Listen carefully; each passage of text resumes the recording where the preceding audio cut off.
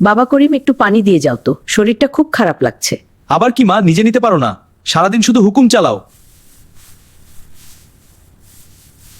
বাবা, আসতে খাও। তোমার জন্য সবসময় দোয়া করি যেন আল্লাহ তোমাকে। চুপ করো মা, তোমার এই নামাজ দোয়ার কথা শুনতে শুনতে কান ঝালাপালা হয়ে গেছে। আমার জীবন নষ্ট করেছো তুমি।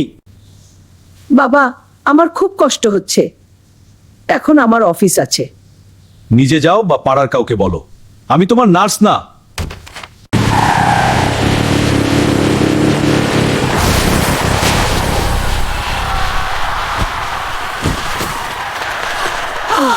যারা মা বাবার সাথে বেয়াদবি করে তাদের জন্য জাহান্নামের শাস্তি অপেক্ষা করছে।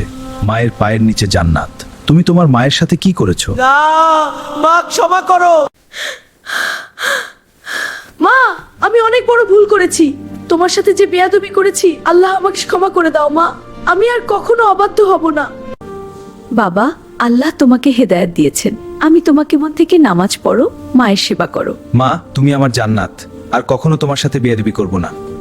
রাসূল বলেছেন, জান্নাত মায়ের পায়ের নিচে। খুব সুসম্ভব।